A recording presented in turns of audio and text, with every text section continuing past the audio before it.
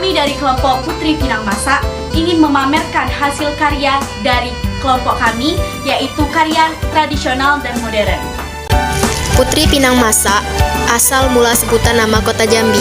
Dahulu ada sebuah kerajaan di pantai timur Pulau Sumatera. Kerajaan itu sangat kaya karena mempunyai banyak tambang minyak tanah.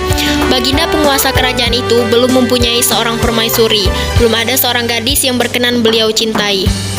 Suatu hari dari para pembantunya Baginda mendengar kabar ada seorang gadis sangat cantik dari daerah Minangkabau. Putri Pinang Masak namanya. Putri Pinang Masak sangat terkenal akan kecantikannya. Kulitnya putih kemerah-merahan seperti namanya, yaitu bagai kulit pinang yang masak. Akan tetapi ada sifat yang kurang terpuji pada diri gadis itu. Ia sangat menyukai harta benda, pakaian indah, emas permata, dan rumah yang indah. Ketika lamaran Baginda datang, ia menerima lamaran itu bukan karena ia suka kepada Baginda dari timur, melainkan hanya karena kerasukannya pada harta benda berlimpah ruah, karena ia tahu Baginda dari timur itu sangat kaya. Demi cinta Baginda kepada Putri Pinang Masak, istana yang hampir selesai itu diserahkan kepada Putri Pinang Masak. Selain itu, benda-benda berharga seperti emas dan perak diserahkan pula oleh beliau. Sejak saat itu, negeri timur diganti namanya menjadi negeri Putri Pinang Masak. Ia menjadi raja di negeri itu. Orang-orang dari negeri lain menyebut negeri itu sebagai negeri Pinang. Pinang dalam bahasa Jawa adalah Jambe, maka raja-raja dari Jawa menyebutnya dengan sebutan kerajaan Jambe. Lama-kelamaan sebutan Jamber berubah menjadi Jambi. Demikianlah asal-usul mula sebutan kota Jambi. Berikut beberapa karya yang akan kami tampilkan. Kain songket adalah kain tenun khas dari Provinsi Jambi, dibuat dengan cara menyelamkan benang pakan ke kain nungsi atau kain dasar, sehingga membentuk motif atau hiasan-hiasan yang beragam dengan filosofi kehidupan terkandung di setiap coraknya. Benang pakan sendiri adalah benang emas, perak, tembaga, atau benang-benang warna lainnya. Dalam membuat kain songket tentu tidak sembarangan orang bisa. Hanya mereka orang yang keahlian dan ketelatenan tinggi yang bisa menjadi seorang pengrajin kain songket. Gelang kano tercipta karena pengaruh dari agama Hindu, dapat dipakai baik pria maupun wanita. Gelang ini melambangkan kejayaan, kekayaan, dan kegagahan. Gelang ini dipakai di bahu, berbentuk seekor burung yang terdapat dari logam kuning kemasan dan merupakan simbol kebebasan. Batik Jambi adalah batik yang berasal dari Provinsi Jambi. Batik ini sudah ada sejak zaman Kesultanan Melayu Jambi. Pada masa kesultanan tersebut, ciri khas batik Jambi adalah warna merah dan motif utamanya adalah flora dan fauna. Pada masa dahulu, batik telah digunakan dan dipakai oleh kaum bangsawan dan raja Melayu Jambi sebagai pakaian adat. Motifnya pun masih sangat terbatas, bercorak ukiran seperti yang ada pada rumah adat Jambi. Namun, seiring berjalannya waktu, semakin banyak rakyat biasa yang menggunakan batik dan motif yang tadinya terbatas untuk kalangan istana pun sudah boleh dipakai oleh masyarakat di luar istana. Hal itu membuat batik Jambi beserta motifnya semakin berkembang dan hingga kini menjadi industri rumah tangga. Salepah atau tepak sirih Melayu sebagai benda budaya. Tepak sirih merupakan salah satu ikon Melayu yang sangat menonjol. Tepak sirih merupakan kelengkapan yang selalu hadir dalam setiap upacara dan perhelatan, baik di instansi-instansi pemerintah, di kalangan adat, maupun di masyarakat umum. Tepak sirih dihaturkan sebagai simbol penghormatan pada acara penerimaan tamu, meminang atau pernikahan, penganugerahan gelar adat, atau pada berbagai acara lainnya. Lacak bermakna bekacak atau gagah. Ikat kepala ini dahulunya dipakai oleh para raja, laskar, dan para panglima Jambi. Lacak merupakan salah satu kekayaan budaya negeri Jambi yang merupakan simbol kewibawaan, kebijaksanaan, dan status sosial pemakainya.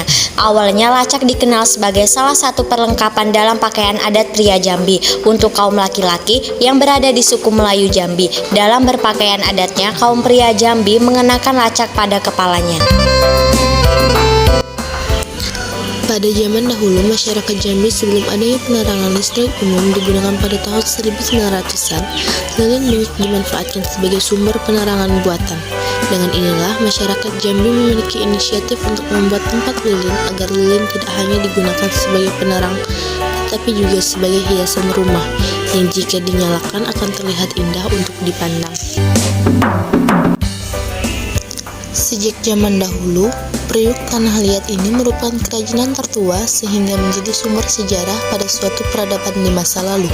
Karena periuk ini merupakan ciri khas masyarakat terdahulu yang digunakan untuk memasak sebelum masyarakat mengenal periuk stainless. Periuk tanah liat ini merupakan perkakas yang terbuat dari tanah liat atau lempung yang dibentuk kemudian dibakar untuk dijadikan alat-alat yang berguna membantu kehidupan manusia, biasanya berbentuk wadah. Gelas otik kuno mengacu pada semua jenis kaca yang diproduksi di Tiongkok sebelum dinasti Qing tahun 1644 sampai 1911.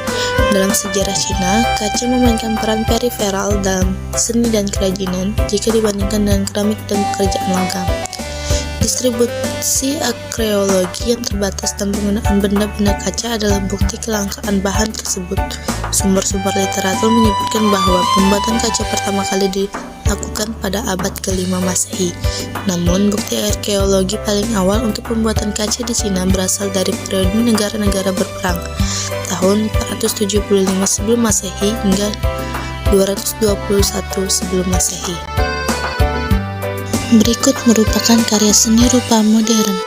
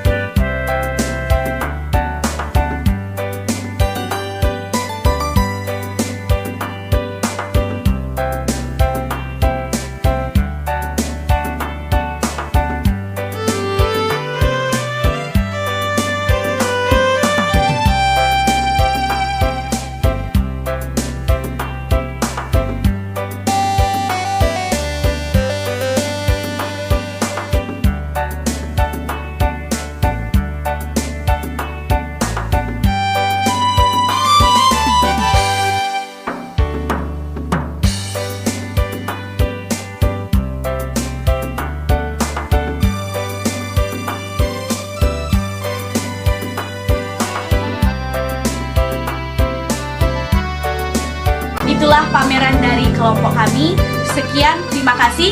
Wassalamualaikum warahmatullahi wabarakatuh.